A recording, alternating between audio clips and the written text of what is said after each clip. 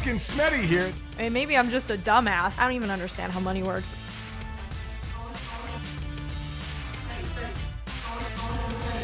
Welcome to another edition of Golic and Smetty. I am Mike Golic Sr. She is Jessica Smetana. And we're continuing to do this. And man, Jess, do we have so many things to talk about, all not good things to talk about, yeah. But certainly things to talk about, especially in the football world. We're going to talk a little WNBA with Lyndsey D'Arcangelo, WNBA writer for The Athletic, about where we are. She wrote a great book out as well that we'll get into about where we are in the WNBA season. But man, there's a lot of football going on right now. Yeah. We'll get to the news of the week. There's lots of NFL news. But first off, Mike, I'm a little disappointed in you. I gotta say. Yes, in you and your son, frankly. The hell did I do? You guys were part of this Notre Dame cinematic jersey reveal in Las Vegas with Marcus Freeman and Michael Mayer and Isaiah Foskey. And you didn't even give me a heads up. Like, it was all secret. Like, you couldn't even tell your podcast partner you were part of this thing. And maybe, I don't know, tell me what the jerseys look like. What the hell is going on? We were sworn to secrecy, though I will say I should have included you. I did send, when they were shooting the scene of what the jersey was going to look like. It was the first time any of us saw the jersey. It was in actually the locker room at the Raiders Stadium in Vegas. And Michael Mayer and Isaiah Foskey had to put them on because they were going to shoot the final scene was with them in it. And I took a picture of Michael Mayer and I sent it to my family and I said, here you go. Here's what the jersey looks like. And you know what? You are family now to me, and I apologize. Thank you. I mean, I thought so, but I wasn't thinking in the moment. I was making sure, and I know you wouldn't have leaked it, but I remember them saying that the last time they had the Shamrock Series, it got leaked twice, the uniform, and we were trying to do everything in the world not to leak it. But I know you wouldn't have leaked it. I wouldn't have leaked it because it would have made you look bad and by extension me look bad. Yeah, so I would never do that to you. A complete oversight and look, on my part. Mike, I didn't need a picture of the jersey. I didn't even really need a description of the jersey. I just wanted like, hey, by the way, I was in this really cool video. It's coming out on this date. I don't want you to be surprised, but like I was in this cool video and I would have been like, oh my God, I feel so cool for knowing about this before it happened. And instead it just slapped me in the face. I'm watching this thing and you and Mike are both in it, acting your asses off, I should say. It was impressive work. But in all honesty, it was very cool. It is one of the coolest things Notre Dame has ever done in general, not just, with football and social media. So congrats, props to you guys. But what was that whole experience like for you guys? Yeah, well, first and foremost, you are correct. I did not treat my partner the way I should have. I should have let you in on all of that, and that will never happen again the next time I'm asked to do something secretive.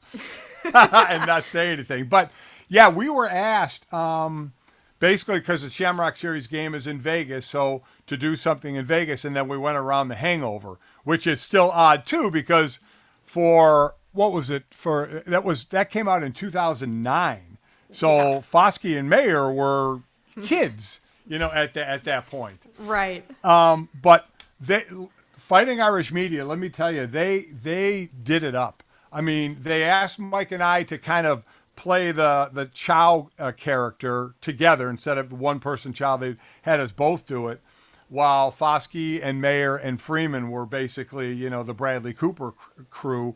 Mm-hmm. But we literally just went to the desert. We literally drove at 6 a.m, a half hour outside of Vegas, took a right into the desert, where they had the film crew was there ready to go. We only had about an hour and 15 minutes to do that scene with the two cars and the satchel and the uniform and such before the jersey came up. And then we had a couple other scenes one at the stadium and another on the rooftop somewhere. But it was a ball. They did such a great job. We thought the final scene when the reveal happened and they were walking out onto the field, well, it turns out that stadium does tours.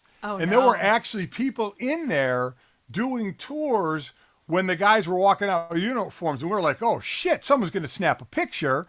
But we kind of kept the guys secluded a little bit while the tour went through. When they went past, we did the scenes. Wow. Well, they're so worried about secrecy and leaking. I mean, Come Yeah. on, guys, don't do it on a tour date. Yeah, I know. How many takes were you and Mike's lines? Well, How many takes did you guys have to get as that you right? well know, when you shoot stuff like this, A, you do it out of order a lot of times, and B, you do a lot of takes just to do different angles. But all I have to say is the first take that we did together, the first take, dipshit Mike didn't know he had a line, and we sat there in silence, and I just looked at him and I said, "It's your line, motherfucker. I mean, what are you doing?" and I'm like, me and you are supposed to be the professionals here, and we're all waiting for your line. The very first take, Mike was waiting for something. He thought somebody else my had a line, God. and we all just sat there in silence like, wait a minute, who's supposed to be talking right now? And it was dipshit Junior who was supposed to be talking.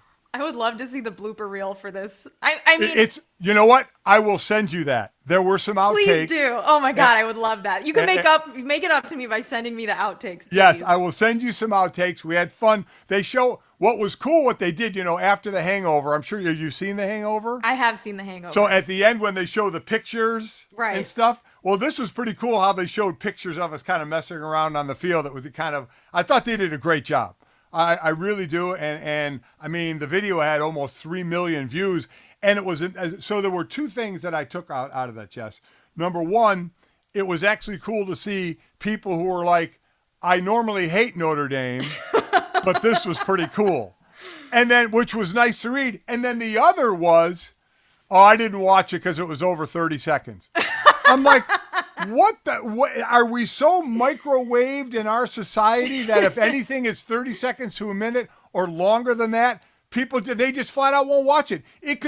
This could have been the greatest cinematic 3 or 4 minutes in history. It was. It literally was. And because it's over 30 seconds, people wouldn't even give it a chance. Oh, they were just like, oh, I'm not going to watch it. Somebody tell me about it. I'm like, are we this quick in society now? Those people are outliers because even TikTok now has 2-minute long videos. So Okay, all right. I'm not buying that. They just, I don't know. Whatever. Those are outliers, Mike. Don't worry about it. A lot of people watched your video. Marcus Freeman was all over ESPN the next day. He was. He had the car wash next day, yeah. Selling that Notre Dame smile everywhere he went. He looked like the pro. He looked like he had done it a million times. Well, I know he hasn't. And by the way, he's 36. He's good looking. I mean, my God, he's got everything. But as we know, all that's great, but you got to win. So now that starts. I will say, I mean, just the caliber, again, this is going to sound like a Notre Dame commercial. Well, but the caliber of person that you get. Isaiah Foskey and Michael Mayer are just two really, really good guys. Foskey, in the break before they came back, went to get credits for a class he took in Italy. Him and like 10 other students went to Italy to take a class and get some credits for before he came back. But just very, very good guys. So, I think they start camp coming up, the taping of this a few days from now, I think this coming Friday. And then the test really begins. And you only open with Ohio State, a team everybody predicts to be in the playoffs. So. No biggie. No biggie at all. You mentioned the Raiders. You were in Raiders territory. The Raiders are playing in the Hall of Fame game this week against the Jaguars. Football is back. There was a lot of NFL news this week, Mike. We should start from the top, which is that the suspension on Deshaun Watson was finally announced on Monday, and the independent arbitrator, Sue Robinson, who is the judge who was deciding the suspension, she came out with a 15-page report about her ruling and what she found, and she decided to suggest a suspension of 6 games, I guess. And so now there's going to be an appeal period where the NFL might appeal the decision. The NFLPA has already indicated they won't appeal the decision. Right. So what do you make of all of this? Again, this is like the first time this specific process has ever been used in the part of the new CBA. So it's kind of like the first time we've ever had to debate something of this nature, because normally Goodell just does it himself. So what do you make of all of this? I mean, Jess, there are so many tentacles of this. The last one being football. The first one, this involved a lot of human beings, and a lot of women. So a woman, Sue Robinson, who was deciding this, at least for now. We'll see if, as you mentioned, the NFL appeals. And as you mentioned, in the over 2 decades of me doing shows, Jess, one of the things that has always come up is the fact that the commissioner of the NFL has too much power, that they can be the judge and the jury all in one, and that has to stop. So in the last CBA, they tried to put somewhat of a stop to it by saying it has to be an independent person, in this case, Sue Robinson, who looks at the case and comes out down with discipline or no discipline, and it's some of the NFLPA and the NFL agree on. So this is the first time that went on. The league, people should know, they suggested to her an entire year suspension. Obviously, the NFLPA doesn't want to see their guys suspended. They didn't say a word on this. And Sue Robinson came down with 6 games, to which there were, and now everybody is destroying that decision and wants the NFL to appeal, which in turn would go back to Roger Goodell, something everybody had been complaining about for years. You can go to Roger Goodell or his designee as far as what the appeal. So if the NFL appeals, it could actually go back to Roger's desk, and then he can say, you're out for a year, to which we know Deshaun Watson's crew is going to sue, and we'll go from there. But I don't want to get ahead of myself. So, Jess, I mean, I guess the biggest thing for everybody was, where did she come up with 6 games? And you'd have to go through and read that report to understand basically how she did it, looking at other cases, because she based things off of what the NFL has done and what the NFL and the CBA rules are of sexual assault to violence against women. And that was the big term in this, non-violent sexual assault, which seems like an oxymoron in my eyes. But I'm not a former judge like she is. So she had her reasons for doing this, which I thought, we had talked about this, as I thought he'd be done for the year. I thought 6, but the Browns thought it was going to be about 6 or 8 games. So going strictly on the 6 games, I thought it would be longer. And she seems to be basing, you tell me, because everybody who reads this is kind of interpreting what they're reading, that basically she is saying, hey, you NFL, you have defined what violent is, and I am saying because of that, this is nonviolent, and nonviolent usually has brought less than 6 games, but I'm going to go 6 games. So that's kind of what some people are taking out of this, while they were expecting more. But that's the term that stuck with me, Jess, was nonviolent and sexual assault. And by the way, the NFL won its case. The NFL, by her suspending him and saying he was egregious in his acts and he was wrong for what he did and he can't use outside masseuses anymore and all the things he has to do, she sided with the NFL, save for the NFL wanted a year and she only did 6 games. Yeah. So like you said, there's kind of a lot to unpack with it. And I want to reiterate like the importance of remembering who the victims are in all of this, which are all of the women who have brought these allegations and civil suits up against Deshaun Watson. So there were over 25 women, I think, who had civil suits. All but one has now settled with Watson. And the judge, it sounded like, heard from five of the cases, but only from 4 of the women. There was one woman who didn't want to participate with the NFL investigation. So I want to make sure that we're like talking about the fact that these are all individual women whose lives have been affected by this person, according to these allegations. So that in itself is important to remember. I think the other thing is that the way that this works is that the NFL does an investigation. And so they interviewed a subset of these people and then presented a case, I guess you could say, to the judge. And then she ruled based off of what you said, which is her understanding of sexual violence, which is, I want to reiterate, like, it's her understanding of it. So she is the one giving the opinion that there is violent assault and nonviolent assault. To me, like, assault implies violence. And then also that she's basing it off of what the NFL has done in the past. And so there's like a few things that stick out to me, which is that in one sense, like, the NFL's own track record in these cases is working against these women. So if they're trying to act tough this time and say we want a year because we've gotten serious about this, their history on it is working against them. Yes. And so, and also wanted to say that like their history in the way they've handled these cases, and maybe women don't want to talk to them and don't want to give their story and don't want to be part of an NFL investigation, then works against these women as well. Like these are women who, you know, some of them have already had to go through depositions or legal proceedings. Like they've had to talk about these, you know, really painful experiences.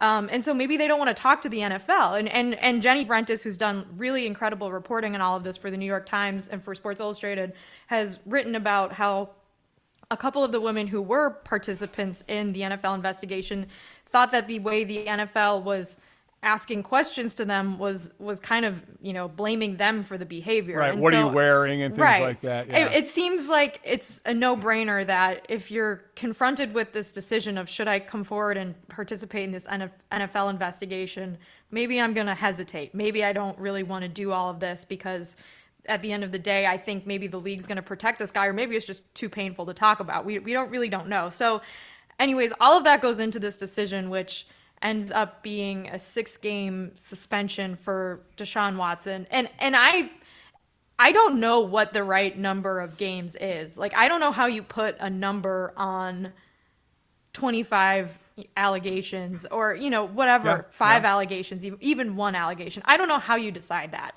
It seems like impossible to have to like weigh the cost of a human's experience versus a penalty on a football field, right? Oh, without question. So I struggle with this, Mike, because I think all of the criticisms are valid about who's making the decision about the suspension, about how this process works, about whether Roger Goodell, who's, you know, the commissioner of the NFL, should have the final say in punishment. I hear all of it, and like I'm truly lost for words at what the right thing is here. I think 6 games definitely sounds light, yeah, considering some of the past penalties for players who have been accused of other heinous crimes. Yep. And I think I'm also struck with how the Cleveland Browns now have to kind of admit that this judge said that he did it. Like the judge found that he was guilty of it. Like that's not in question. She found that these accusations were credible. And the Browns the whole time have been saying that they think his name's going to be clear because he didn't do anything wrong. And then they put out this statement yesterday, Mike, that says that he's shown remorse for the heartache he's caused and all these things. And I can't really explain any of it. Like it's really just mind-boggling. Well, we can get into the football side and the fan side, which is easily more concrete to me. And you make some great points. And again, a lot of this, I think we have to look at precedent the NFL has set. Remember the Ray Rice case where we openly saw on video what he did, right? Punching was his wife or his girlfriend? I can't remember. I think it was his girlfriend at the time. At the time. Remember, he got a 2-game suspension. 2. And because of the outcry, public outcry, they jumped it to 6 games. So they were moved by the public.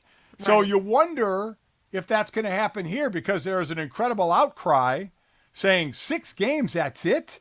You know, so we'll see if the NFL will appeal again, then going to Roger Goodell or his designee, and then they can jump it, the suspension up. But a lot of this is based off of what they did. And you can go chapter and verse of how poorly, you mentioned some of it, how poorly they have handled some of these situations with the men and what they've done with women, whether it's sexual assault or whatever. They've done it, admittedly, they've admitted doing a bad job and trying to bring in this person and that person to help them. But what they've done in the past continues to haunt them now unless they're going to change policy. And they can't, and I have no idea if they'll do that, but that's what Sue Robinson was doing, is basing it off of what they've done.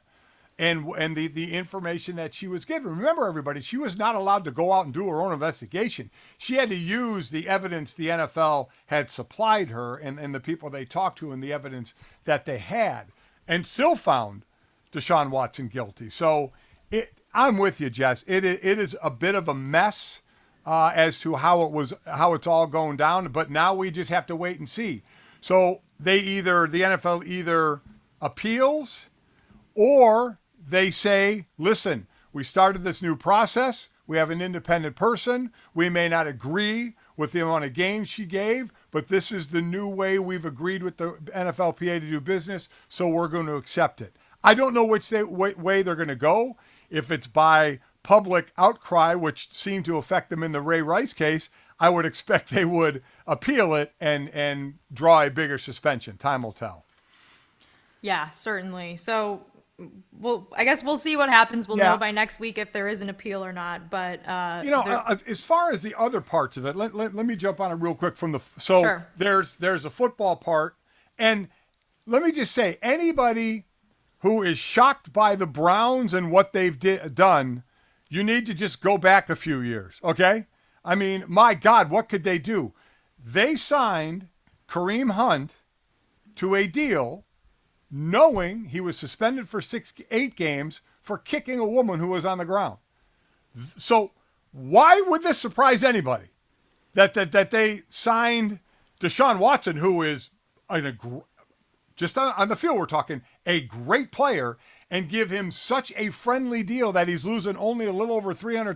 Mm-hmm. Remember, that's all on the Browns. That's not on Deshaun Watson. That's on the Browns. They're the ones who did that, but they have a track record that just goes a couple of years ago. So save me your outrage for anybody for the Browns, because they've done this before with somebody on video kicking a woman who they signed knowing he was suspended for 8 games. So, but on the field, so before we get to the fans, Jess, you look at the first 6 games. Now we're talking exclusively football. We're still talk sports here and football. They play Carolina, the Jets, Pittsburgh with a new quarterback, Atlanta with a new quarterback, then the Chargers and the Patriots. They could go 4-2 here. They could go 3-3 or 4-2. They have a really good team. Jacoby Brissett's going to be the quarterback. He's a guy that doesn't turn the ball over. They're a running team with, oh, by the way, one of the running backs being Kareem Hunt, with receivers, with a tight end, and excellent defense. So from that side of it, a backup is asked to keep a team's head above water till the starter comes back. I think Jacoby Brissett can do that. And real quickly, for those that don't know how it works, Deshaun Watson can remain in the Browns camp. He can play in the preseason games if they want to play him. Once the season starts, he can't be at the facility, but only for half the suspension. After week 3 of that suspension, he can now practice at the facility. So he can be back involved in everything except for games 4, 5, and 6. So he can get back in, get his feet wet going before game 7, which he could play if the suspension stays the same of 6 games when they're at Baltimore. Because after New England, the 6th game that he misses, they play their two other division games in Baltimore and Cincy. They got real fortunate. Carolina, New York, Atlanta, and the one division game they have is Pittsburgh, which if you try and pick which of the 3 teams you want to play without your starting quarterback, it's Pittsburgh. You don't want to play Cincy or Baltimore. They have excellent quarterbacks, excellent offenses. So they kind of, from a football standpoint, I think they can come out of this thing 3 or 4-2 after 6 games. Right, which is why I think like a lot of fans, football fans who disagree with the judgment are a little bit like, well, the team's not really going to be penalized in any significant way on the field. The player certainly isn't being financially penalized. He wasn't even fined for it. So like really it feels like a slap up on the wrist to a lot of people. But I hear you about the Kareem Hunt thing. I think like, I'm not saying that this is correct, but I think that for some reason, I mean, mainly because he is like the face of the franchise now. Yeah. Fans do seem to care a lot more about the quarterback than they do about a player who might be one of a couple people who play that position. I'm not giving them an excuse for it. Obviously, there's a whole lot you can say about why it's the wrong thing to do, but I do think that like the star status of Deshaun Watson and the position he plays and his history as a player and as a national championship in college, like all of this contributes to why there is so much outrage about this. Whereas like when Kareem Hunt was signed, we didn't like, it didn't lead, New York Times headlines and I can see why. Like there's shades of gray to it in that respect. Like some players just get more attention and they're bigger celebrities and they play a more visible position. So let me take everybody now inside the locker room, because I've heard on other shows, other former players, only a couple saying, well, he's going to have to answer to me in the locker room. I'm going to go and have a man-to-man talk with him. Give me a break. Listen, he's been with the Browns now for a while. If any of those discussions were to happen, they already took place. And quite honestly, I doubt many, if any, happened. You know what players are worried about in the NFL, Jess? They're worried about themselves. They're worried about, how do I play my best? How do we win out there? So I'm sorry for those that think that the players are going to police that locker room and they're going to hold him accountable. Not happening. They're going to go by if he's gone for 6 games, we'll see him when he comes back. And when he comes back, we welcome him with open arms and we hope we win all our games. And oh, by the way, while he's in camp with us practicing now, he's our teammate and that's how we're going to treat him. That's kind of how it works. Not to say that there isn't that outlier or two of a guy that wants to have that discussion with him. But for the most part, man, guys are concerned about themselves and their career and then how it can lead to hopefully helping that team win. So don't look for the locker room justice going on. And that leads me to the fact I saw people tweeting, oh my God, how are you showing pictures of Deshaun Watson signing autographs for kids and people cheering for Deshaun Watson? Google NFL rap sheet, okay? You want to see some horrible things guys have done to women out there and are still playing in the league and are being cheered by their fan base.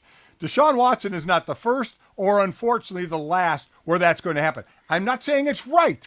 Everybody can decide how they want to do it. But for the most part, Jess, you see it. Fans for the most are watching their team and they want their team to win. A lot of them say, don't care what the guy did. And you could disagree with that. And that's fine. I'm just telling you what fans think. You think any Cleveland Browns game won't be sold out this year? I mean, they're going to be. No, and I'm sure he'll probably get a standing ovation when he returns. But I think that is the existential question, which is like, how do we get people to care about this? And if we don't hold people accountable for their actions or institutions accountable for the way that they react to situations like this, it's hard. I guess maybe not hard, but I can see why fans don't have a sort of visceral reaction to it or decide not to cheer for their team. I mean, honestly, we could talk about this aspect of it for hours. In a lot of ways, like sports fandom is part of your identity, and maybe, it's something you do with your family. Like there's a lot we can unpack there, but I do think that does make me think, like, why is that okay? Like, why are we okay with it? How do we get people to care about this? I don't know. I mean, maybe that's not the right question to ask right now, but it is. Because they haven't in the past, right? I mean, this league, and we're talking about the NFL, $15 billion a year business that is basically dent proof, right? I mean, what has affected them in a unbelievably negative way, especially from the money side? Right. I mean, well, I think the answer for maybe just for you and me, Mike, and for fellow media people is like not to normalize it. Like, we don't have to pretend like it didn't happen. I guess that's one step for it. But again, we've been talking about this for a while. I'm sure we'll talk about it more as the season goes on. So maybe we should move on to the other big NFL news, which is also like crazy and scandalous in a different regard, which is that the NFL has suspended the Miami Dolphins owner, Stephen Ross, until October. He has been fined $1.5 million, and they have given up a first and third round draft pick in 2023 and 2024 for illegal tampering.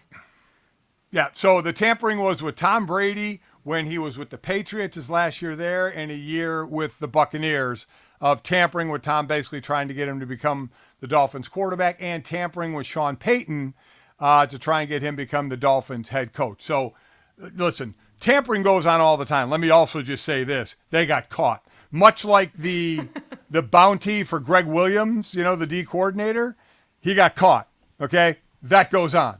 And I'm sure it probably still goes on. Maybe not as much as back in the day a bit, but he got caught. So that's what happens here. He got caught, and he got hammered, and he should get hammered. Now, we talked about it before we started taping this, Jess. $1.5 million to Stephen Ross is lunch, compared to us, right? It's in the couch cushions, yeah. Yeah, so losing a first rounder and a third rounder, certainly that's equity and that's an asset that they lose.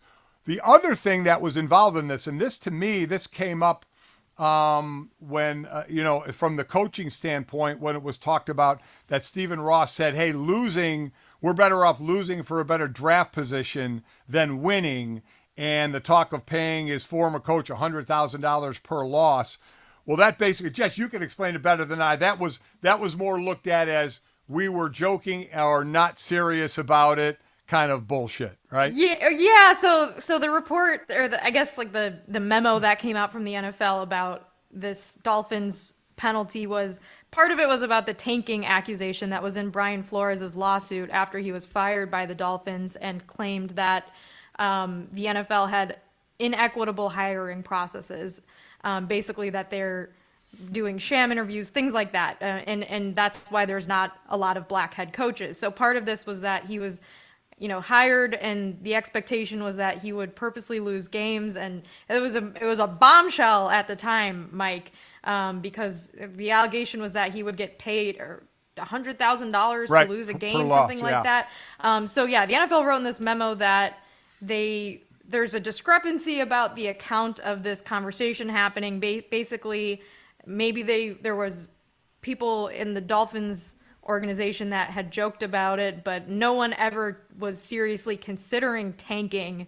And that, the $100,000 claim, quote, as which there are differing recollections about the wording, timing, and context, was not intended to be taken seriously. And basically no tanking happened. Nothing to see here. Moving on. You guys did tamper, though. As far back as 2019, they were talking to Tom Brady, I guess, while he was still on the Patriots, offering him, potential ownership stakes, things like that. So, yeah, that's, I guess, the NFL's accounting of it. Maybe there will be more that will come out of the lawsuit. I don't know, but that's kind of seems like they swung themselves out of the "we'll pay for you to lose" kind of argument, right? They kind of talked about it, but said, we don't think they were serious. Because in all honesty, Jess, and I said this when Brian Flores first brought it up, if that was proven, Stephen Ross should lose the team. They seem to have found a way to kind of work around that to say, yeah, maybe he was joking about it or wasn't serious. I don't know about that one. I think they gave him a break there. In all honesty, I think they gave him a break by not going more into that, because the tampering, like I said, tampering happens. They got caught. The $1.5 million, I don't care. I don't care if a billionaire loses $1.5 million. So it's always like, do you punish the owner for doing it, which means nothing?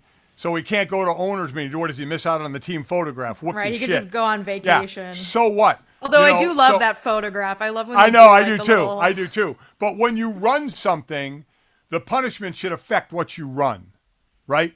So by taking the draft picks, it can affect them in a way with what they do. So again, that just breaking news. I think they really kind of squirmed around the whole, hey, we're better off if we lose. Because listen, we know, hell, Stu Gatz talks about it all the time. I mean, as soon as the Jets hit a certain point of the season, he as a fan wants them to lose every game to get a high draft pick. It's one thing for a fan to do it. It's another thing for an owner to tell a coach, I'll pay you $100,000 per loss so we can get a better draft pick. There was a funny line in there, which was like, the Dolphins did try to win every game. And I'm like, well, I don't know if you watched the Dolphins in 2019, but I don't know if you can say that with a straight face. But anyways, before we log off, because we're going a little long, in terms of NFL ownership news, Lewis Hamilton, Mike, combining our interest in F1 and NFL, is now going to be an owner of a NFL team with the Denver Broncos. So thought that was interesting. Oh, it is, especially because I know you have a podcast now about a Formula One. We just saw him. He was on the podium, I think, made the podium for the 5th consecutive race, I believe. Yeah, second. He was second. Verstappen was first. He was second. His teammate George Russell was third. But yeah, so it made me ask the question of, so when you get an owner like that, because remember who also has ownership now is Condoleezza Rice. Mm-hmm. So will they actually have a function, or is it kind of like Magic Johnson having partial ownership of the Dodgers, kind of a cool thing, to have the celebrity as a part owner, but maybe no real input in what's going on? I don't know, but I'm just wondering when you see these popular names. Yeah, I don't really know what any of this entails. I know that, like, rich people like to diversify their Yeah. portfolios with different investments. The NFL seems like a pretty good investment because, like you said earlier, despite all of these things we've talked about today, it's pretty much doing well. People talking about the NFL Oh, is good for business. So yeah, I don't really know if he'll have any say in anything, but but he's cool dude to have around for sure. right, and maybe he'll be at Broncos games now. Yeah. We'll see. I did see a picture of his dog wearing a Broncos little like scarf. Yeah. So That's a neat thing. I like him. Good PR already. Yeah, For well, that's the exactly Broncos. right. He's a good guy. I think you get good PR from it. So I do think there is something to that. And whatever money he put on, I don't know. But I think the extension he signed last year with Mercedes was like for $70 million a year or something like that. So he's Trump change. certainly not hurting on the money side. Yeah, you could pay for a lot of losses with that. Yeah, you can. Oh, well played. Well played. All right, Jess, we have talked so much off the field, off the court, off the ice, off the pitch, off everything. Let's go on. Let's actually talk about actual play that's happening in our world of sports today. We're so excited to have Lyndsey D'Arcangelo on to talk to us about basketball, get some hoops talk here in August. She's a writer for The Athletic and for Just Women's Sports, and she's also the co-author of the book Hail Mary, The Rise and Fall of the NWFL, which is a fantastic book, actually a book that I have read, which I can probably count on one hand the number of books I've read here. So Lyndsey, give us the quick, like 30-second pitch on Hail Mary. It's a great book. We did a little piece on it on my other show with Kate Fagan, Off the Looking Glass. So tell us about what the book's about. Yeah, I mean, real quick, it's kind of like a league of their own, but with football. It's about the National Women's Football League that existed in the 1970s. It lasted from 1974 to 1988. Nobody really knows that it existed at all. So we were just happy to talk to these women and share their stories and get the word out because they deserve to be recognized. Yeah. Wow, that is it really is because again, you're right. That was right during my high school and college and half of my NFL career. So while I was engulfed in that, I didn't know about it either. So I'm sure it's going to open a lot of people's eyes, I would imagine. Yeah, I hope so. I mean, the feedback we've gotten from pretty much everyone is just that, oh my God, this is amazing. I didn't even know this was a thing. Which is, it just speaks to the lack of recognition that they've received. And I think now just with the rise and attention being paid on women's sports, it's the perfect time for their story to be told. Yeah, Mike, and it actually, a lot of this story takes place in your neck of the woods where you grew up in Northeast Ohio, Yep. I should say. So you would enjoy it. Although I know you're not, I don't know, Mike, are you an avid reader? Do you read a lot? No, I am not. I was going to assume that you didn't, but I thought that would be too mean. I was trying to think of a funny answer because I like to be self-deprecating in a funny way. And no, I am not a breeder. I have 3 kids and one of them, my son Jake, is like me. We are not readers and I really have no way around it. Now, he just had a baby son, so I'd imagine I'll start reading some Dr. Seuss children's books or something like that because also because you can read and there's pictures, which helps. Right.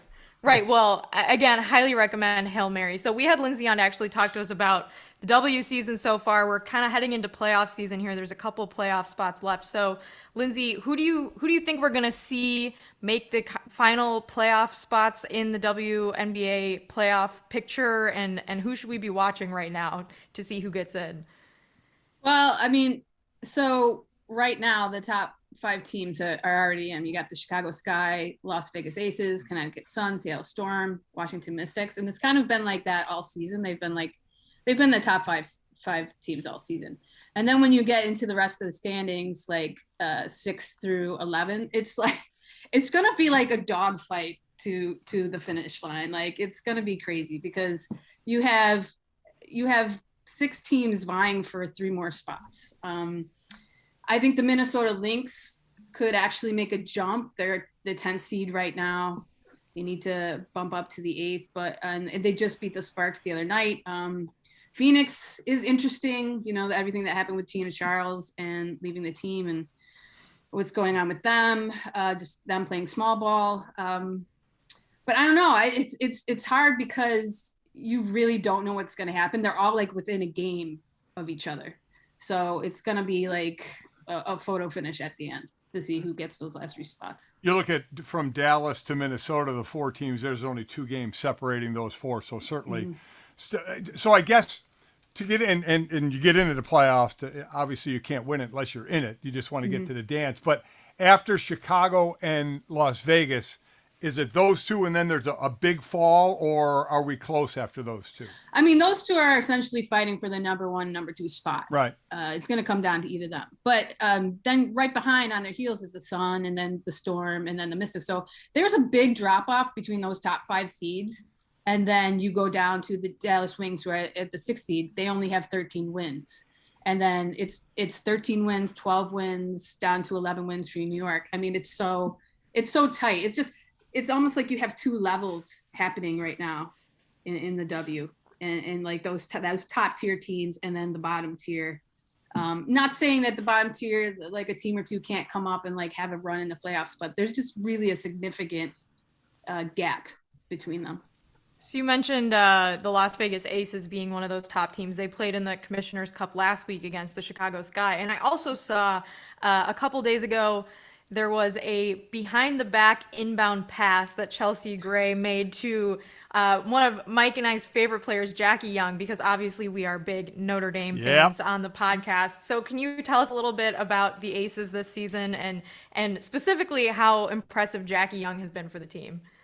Yeah, I've got Jackie Young pegged for my most improved player of the year. I mean, what she's done the past 3 seasons and how she's grown her game to the level it is now, adding that mid-range jumper that just she hits all the time. Not only can she drive to the hoop, she can hit that mid-range. She added the 3-point shot this season. She's grown in so much confidence in her ability, and she's just one of the major contributors to that team. So yeah, definitely have a lot of love for Jackie Young. But yeah, I mean, the Aces, they're so good. When they're rolling, they're just so good. And they're just so fast paced and up tempo and just thrive off of each other. You can tell that they get along off the court just as well as they do on it. And when they're playing well, they're just really hard to stop. I mean, you saw that in the Commissioner's Cup. They jumped out in front of the Sky, and the Sky's a really good team. And they just really never lost a step. Yeah, they're I don't know. I could see them or the Sky winning it all this season. So Lyndsey, along those lines, you mentioned the Commissioner's Cup 2 years in a row now. We've seen it with the WNBA, an in-season tournament. You know, the NBA has been talking about that. The WNBA has been doing it. How successful has it been in your eyes, and do you think the NBA will follow suit with this? I mean, I think there's still a lot of lessons to be learned on what the WNBA can do better. It needs to be better promotion and marketing.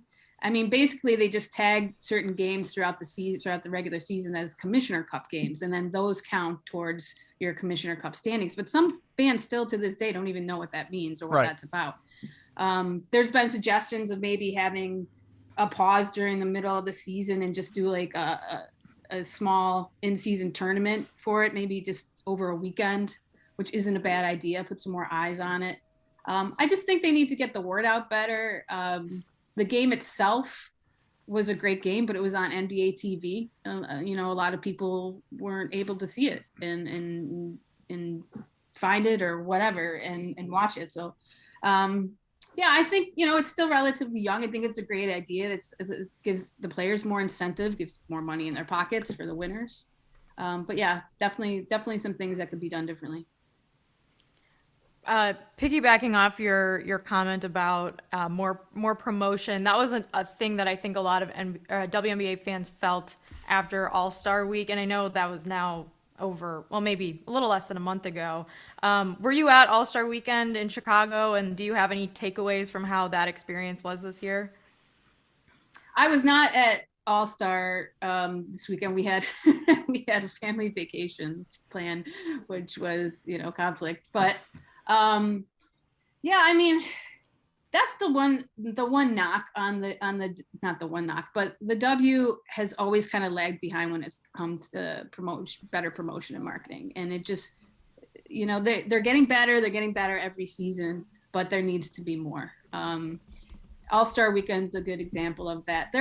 It's the little things, right? Where the skills competition, and I understand why. I mean, there were COVID concerns and venue concerns about opening it up to the public, but also, you know, for the All-Star game, wouldn't there be COVID concerns for that? And still all those people were allowed in to watch it and everything. Why not open it up for fans to take part? Why not do more things for the fans who are there too, just to drum up more excitement for All-Star Weekend?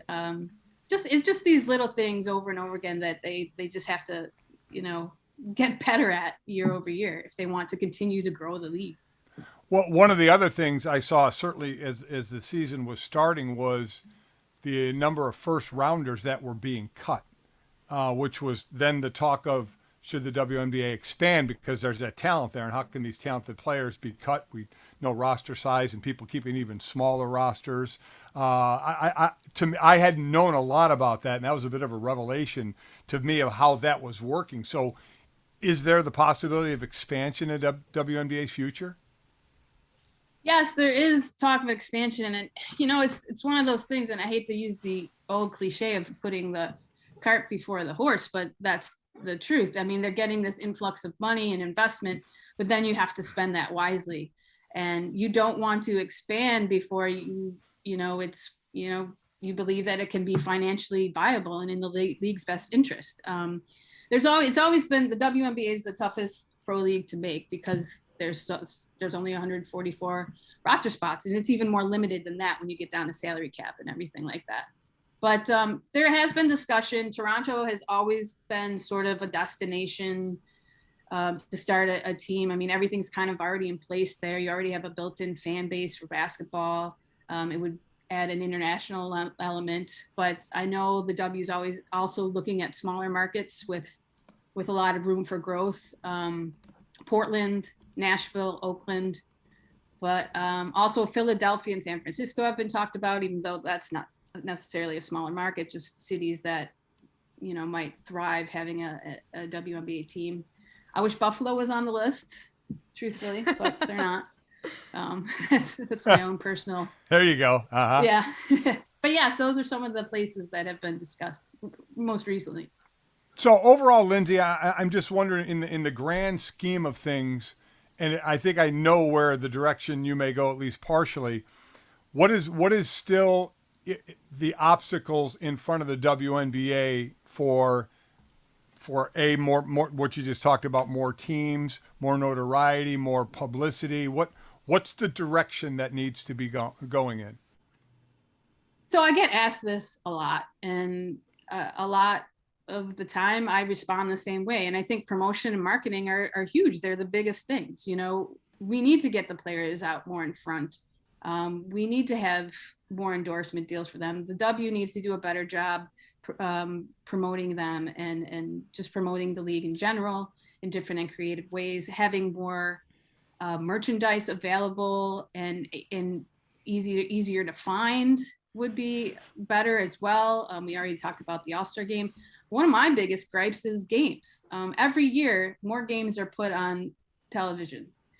And I'm not just talking about, I'm talking about they need to be on channels that are easily accessible too. And, you know, I love the social media deals and Amazon Prime and all that, but not everybody has that. And what the numbers have shown is when those games are on television and people can actually watch them and just stumble across them, the numbers are through the roof. So for me, it's just it just makes sense. Put more games on television where people can find them.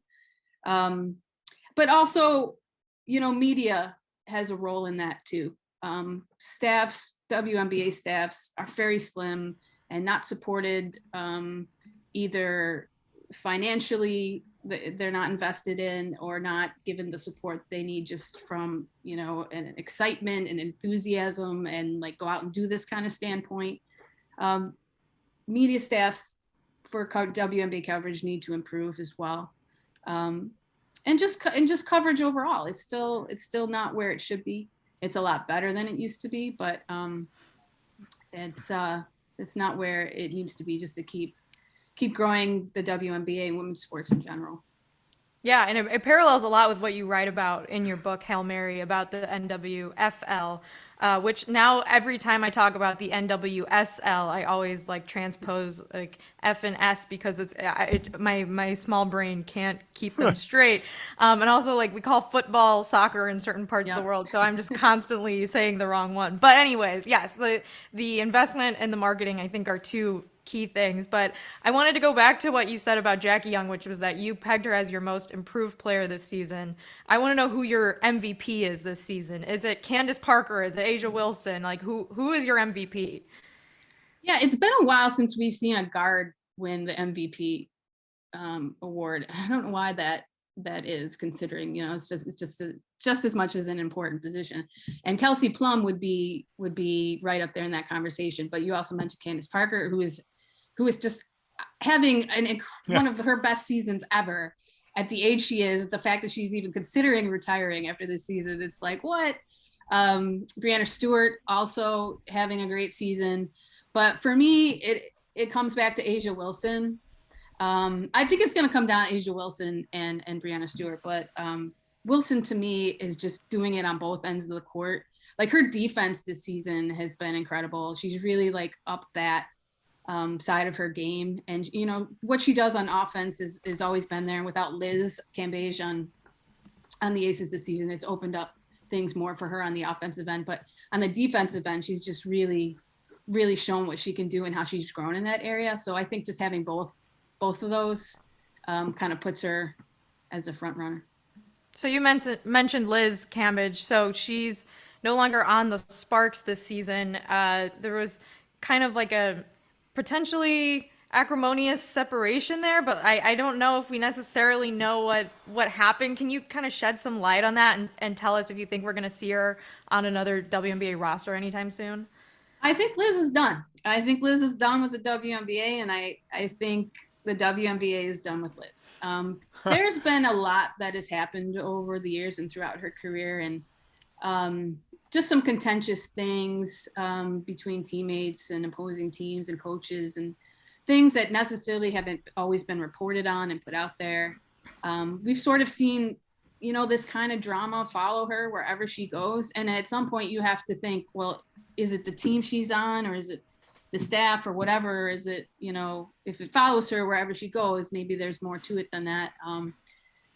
I think she's an incredibly talented player, and she has all the intangibles. So it's almost kind of like she can't get out of her own way kind of thing. But I also think her heart's not in it. And I think when she joined LA, it wasn't really in it this season. And we sort of saw that play out. And I think she might be done with basketball, at least on the WNBA side of things altogether. Well, listen, if in a physical game sport, if your heart's not in it, it's very, very difficult to go out and perform. There's no doubt about that. Lyndsey, we really appreciate your time and looking at the WNBA as we approach the playoffs. Thanks a lot. Yeah, I appreciate it. One quick correction. I mentioned that the Commissioner's Cup was on NBA TV. It was on Amazon Prime, which I meant not everybody has, but still same kind of issue, but just want to throw that in there. Good correction. Thank you. No You are a problem. true journalist. Thank you so much. Yeah, Gotta have it straight. You got to. Thanks, Lyndsey. All right. Well, this has been a long episode of Golic and Smetty. So before we sign off, Mike, one thing that did happen that we need to mention, even though I think it was pretty much usurped by a lot of other things that have happened in the sports world this week, but it is a pretty big deal. Tell us about the Juan Soto trade. Yeah, quietly, the Juan Soto trade on the actual deadline, trade deadline for Major League Baseball. Remember Juan Soto, for those that don't, I don't know how you couldn't, turned down a 15-year, $440 million offer from the Washington Nationals, to which the Nationals were so put off by that they didn't fly Juan Soto to the All-Star game. He had to fly commercial instead of flying in the private plane to where he won the home run derby. Imagine sitting next to Juan Soto on your flight. Dude, well, seriously, what's going on? Well, I did reject the $440 million. So we knew he was going to get traded. It finally happened. I love that the Padres are players now. What's going on? I mean, you look at the young talent there, Fernando Tatis Jr., that they have. I think, he's as young as Juan Soto. Manny Machado there as well. They have a nice young team right now. They're second. They're to Atlanta in the wild card, so they got a nice run. Hopefully going into the playoffs. I think they're 12 behind the Dodgers for the division, so I don't think that's going to be happening. So the deal was you got 4 young players in this. Eric Hosmer, a pitcher for the Padres, he actually was involved in this trade to go to the Nationals, but he has a no-trade clause to which he invoked. Probably smart because, he can go to the at the Padres and looking for the postseason. So he is staying, and players have all different reasons for doing something like that. So Well, Hosmer I mean, is a staying good there. reason is that San Diego's really nice. Those 2 words alone, can do it. San Diego. Wait, why would I choose to Right. leave this? Right. Right. So he's not going. 4 prospects in return. Juan Soto going to be with the Padres. We know he'll sign a monster deal at some point. But boy, and he'll sign a long-term deal. And real quick, Jess, I know we've been going long today, but what I like is we're seeing more and more of these 10, 12-year deals. But they used to go to the 30-year-old. So you knew the last 5 years, 6 years, or 4 years of those deals were garbage. Now they're going to 23 and 25-year-olds to where you could actually get something out of them for the entirety of their contract. So I think that's a positive in the league as a whole, and certainly a positive here for the Padres and what they're building. Well, thank you for that update on baseball. We will be back with more baseball during the World Series. Just kidding. But seriously, thanks for listening. We'll see you next week.